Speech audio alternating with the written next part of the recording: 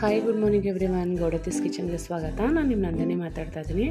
ಇವತ್ತೆಲ್ರಿಗೂ ಸಿಂಪಲ್ಲಾಗಿ ಮತ್ತು ಡಾಬಾ ಸ್ಟೈಲಲ್ಲಿ ಬಹಳನೇ ಅದ್ಭುತವಾಗಿರುವಂಥ ಜಾಸ್ತಿ ಮಸಾಲೆನ ರುಬ್ಬದಲ್ಲೇ ಸಿಂಪಲ್ ಇಂಗ್ರೀಡಿಯೆಂಟ್ಸ್ಗಳನ್ನ ಹಾಕ್ಕೊಂಡು ಒಂದು ಅದ್ಭುತವಾಗಿರುವಂಥ ಒಂದು ಚಿಕನ್ ಗ್ರೇವಿನ ಹೇಗೆ ಮಾಡೋದು ಅಂತ ತೋರಿಸ್ತೀನಿ. ನೋಡ್ಕೊಳ್ಳೋಣ ಬನ್ನಿ. ಇದು ಎಷ್ಟು ಸಿಂಪಲ್ ಆಗಿರುತ್ತೆ ಅಂದರೆ ನಿಮ್ಗೆ ನೋಡಿದ್ರೇ ಗೊತ್ತಾಗುತ್ತೆ.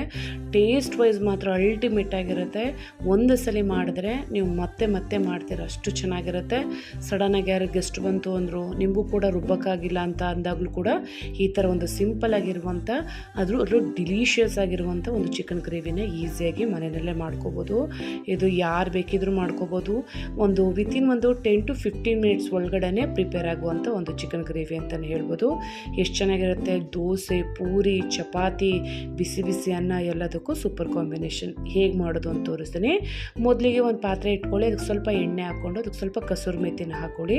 ಕಸೂರಿ ಮೇಥಿ ಸ್ವಲ್ಪ ಸ್ಮೆಲ್ ಹೋಗಬೇಕು. ಅದಾದಮೇಲೆ ಅದಕ್ಕೆ ಸ್ವಲ್ಪ ಪುದೀನ ಸೊಪ್ಪು, ಕೊತ್ತಂಬರಿ ಸೊಪ್ಪು, ಮೆಂತ್ಯ ಸೊಪ್ಪು ಇವು ಮೂರನ್ನು ಹಾಕಿ ಘಮ ಬರೋವರೆಗೂ ಎಣ್ಣೆಯಲ್ಲಿ ಚೆನ್ನಾಗಿ ಫ್ರೈ ಮಾಡ್ಕೋಬೇಕು.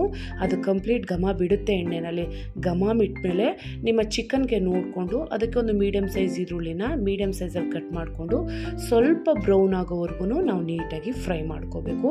ನೋಡಿ, ಈಗ ಬ್ರೌನ್ ಆಗಿದೆ. ಅದಕ್ಕೆ ಸುಮಾರು ನಾನೀಗ ಒಂದು ಅರ್ಧ kg ವಾಶ್ ಮಾಡಿ ಬರ್ನ್ ಮಾಡಿರೋ ಚಿಕನ್ನ ಹಾಕೋತಾ ಇದ್ದೀನಿ. ನೀಟಾಗಿ ಬರ್ನ್ ಮಾಡಿಸಿದ್ರೆ ಸ್ವಲ್ಪ ಚೆನ್ನಾಗಿರುತ್ತೆ ಅಂತ.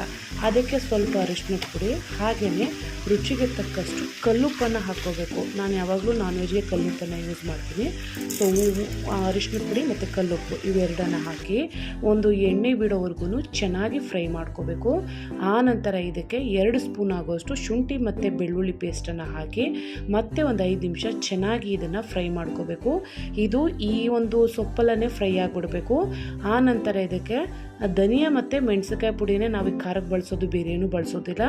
ಅದನ್ನು ನೋಡಿಕೊಂಡು ನಿಮ್ಗೆ ಎಷ್ಟು ಬೇಕೋ ಅಷ್ಟನ್ನು ಹಾಕಿ, ಹಾಗೆ ಒಂದು ಮೀಡಿಯಮ್ ಸೈಜ್ ಆಗಿರುವಂಥ ಹುಳಿ ಟೊಮೆಟೊ ಹಣ್ಣನ್ನು ಹಾಕಿ ಮತ್ತೆ ಇದನ್ನು ಚೆನ್ನಾಗಿ ಮಿಕ್ಸ್ ಮಾಡಿಕೊಂಡು ಮತ್ತೆ ಒಂದು 10 ನಿಮಿಷ ಚೆನ್ನಾಗಿ ಬೇಯಿಸ್ಕೋಬೇಕು. ಆ ಟೊಮೆಟೊನೆಲ್ಲ ಸ್ಮ್ಯಾಶ್ ಆದಮೇಲೆ ಸ್ವಲ್ಪ ಗರಂ ಮಸಾಲೆ ಹಾಗೆ ಚಿಕನ್ ಮಸಾಲ, ಸೊ ರೆಗ್ಯುಲರಾಗಿ ಚಿಕನ್ ಮಸಾಲ ಏನು ಯೂಸ್ ಮಾಡ್ತೀವಿ ಅದು, ಮತ್ತು ಸ್ವಲ್ಪ ಗರಂ ಮಸಾಲ ಇದೆರಡನ್ನು ಹಾಕಿ ಚೆನ್ನಾಗಿ ಮತ್ತೆ ಮಿಕ್ಸ್ ಮಾಡ್ಕೊಳ್ಳಿ. ಹಾಗೆ ಮಿಕ್ಸ್ ಮಾಡಿದ ನಂತರ ಇದಕ್ಕೆ ಸ್ವಲ್ಪ ನೀರನ್ನು ಕೂಡ ಸೇರಿಸ್ಕೋಬೇಕು ನೀವು, ಯಾಕೆಂದರೆ ಚಿಕನ್ನು ಇದರಲ್ಲೇ ಬೆಂದುಬಿಡುತ್ತೆ. ಸೊ ಹಾಗಾಗಿ ಸ್ವಲ್ಪ ನೀರನ್ನು ಹಾಕಿ ಚೆನ್ನಾಗಿ ಮಿಕ್ಸ್ ಮಾಡ್ಕೊಳ್ಳಿ. ಇದರಲ್ಲೇ ನಿಮಗೆ ಉಪ್ಪು, ಹುಳಿ, ಖಾರ ಎಲ್ಲ ಪರ್ಫೆಕ್ಟಾಗಿ ಹಿಡ್ದಿರುತ್ತೆ ಚಿಕನ್ನು. ಸೊ ಇದೆಲ್ಲ ಮಿಕ್ಸ್ ಮಾಡಿ ಹಾಕಿದ ನಂತರ ನೋಡ್ಕೊಳ್ಳಿ, ಸ್ವಲ್ಪ ಬಿಸಿನೀರನ್ನು ಸೇರಿಸ್ಕೊಂಡು ಒಂದು 5 ರಿಂದ 10 ನಿಮಿಷ ಮುಚ್ಚಿ ಬೇಯೋಕ್ಕೆ ಇಟ್ಬಿಡಿ. ಅದು ಬೇಯ್ತಾ ಇದ್ದಾಗೇ ಇದಕ್ಕೆ ಸೂಪರಾಗಿರುವಂಥ ಒಂದು ಟೇಸ್ಟ್ ಬರಬೇಕು ಅಂದರೆ ಸ್ವಲ್ಪ ಹಸಿ ಹಾಲು ಹಾಗೆ ಸ್ವಲ್ಪ ಗೋಡಂಬಿನ ನೆನೆಸಿಟ್ಕೊಂಡಿರಬೇಕು.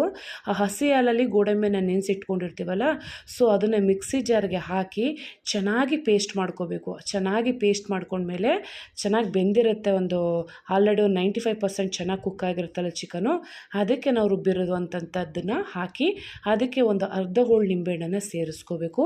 ಈ ಅರ್ಧ ಹೋಳು ನಿಂಬೆಹಣ್ಣನ್ನು ಸೇರಿಸ್ಕೊಂಡು ಚೆನ್ನಾಗಿ ಮಿಕ್ಸ್ ಮಾಡ್ಕೋಬೇಕು. ಇವಾಗ ನೀವು ನೋಡ್ಕೊಳ್ಳಿ, ಉಪ್ಪು, ಹುಳಿ, ಖಾರ ಏನಾದ್ರು ನಿಮಗೆ ಬೇಕಿದ್ದರೆ ಬೇಕಾದ್ರೆ ಸೇರಿಸ್ಕೋಬೋದು, ಬಟ್ ನಾನು ಪರ್ಫೆಕ್ಟಾಗಿ ಹಾಕಿದ್ದೀನಿ. ಈಗ ಚೆನ್ನಾಗಿ ಮಿಕ್ಸ್ ಮಾಡಿದ ನಂತರ ಮತ್ತೆ ಒಂದು 10 ನಿಮಿಷ ಬೇಯಕ್ಕೆ ಇಟ್ಬಿಡಿ. ನೋಡಿ, ನಿಮಗೆ ಗ್ರೇವಿ ಎಷ್ಟು ಬೇಕು ನೋಡ್ಕೊಳ್ಳಿ, ಆ ಕನ್ಸಿಸ್ಟೆನ್ಸಿನಲ್ಲಿ ಮೇಂಟೈನ್ ಮಾಡ್ಕೊಳ್ಳಿ. ಸೊ ನಾನಿವತ್ತು ರೈಸ್ ಮತ್ತು ಚಪಾತಿ ಮಾಡ್ತಾಯಿದ್ದು ಸ್ವಲ್ಪ ಜಾಸ್ತಿನೇ ಗ್ರೇವಿ ಮಾಡ್ಕೊಂಡಿದ್ದೀನಿ. ಹಾಗೆ ಇದಕ್ಕೆ ಫೈನಲ್ ಆಗಿ ನಾವು ಸ್ವಲ್ಪ ಪುದೀನ ಸೊಪ್ಪನ್ನು ಹಾಕಿ ಒಂದು ಮಿಕ್ಸನ್ನು ಕೊಟ್ಕೊಳ್ಳಿ ಸಾಕು. ಸೊ ಒಂದು ಮಿಕ್ಸನ್ನು ಕೊಟ್ಕೊಂಡ್ರೆ ಸೂಪರಾಗಿರುವಂಥ ಒಂದು ಅದ್ಭುತ ರುಚಿಯಾಗಿರುವಂಥ ಒಂದು ಚಿಕನ್ ಗ್ರೇವಿ ರೆಡಿ ಆಗುತ್ತೆ. ಸೊ ನೀವು ಕೂಡ ಮನೆಯಲ್ಲಿ ಮಾಡ್ಕೊಳ್ಳಿ.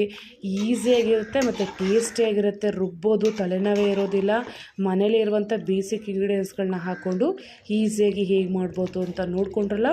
ಸೊ ನೀವು ಕೂಡ ಮನೆಯಲ್ಲಿ ಟ್ರೈ ಮಾಡಿ, ಹೇಗಿತ್ತು ಅಂತ ಕಮೆಂಟ್ ಸೆಕ್ಷನಲ್ಲಿ ಕಮೆಂಟ್ ಮಾಡಿ.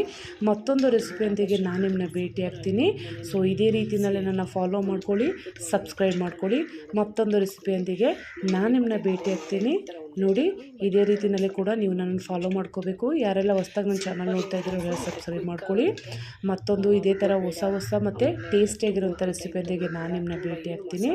So until then take care, bye bye. ಈಸಿಯಾಗಿರೋಂಥ ಡಾಬಾ ಸ್ಟೈಲ್ ಚಿಕನ್ ಗ್ರೇವಿ ಹೇಗೆ ಮಾಡೋದು ಅಂತ ತೋರಿಸ್ತೀನಿ, ನೋಡ್ಕೊಳ್ಳೋಣ ಬನ್ನಿ.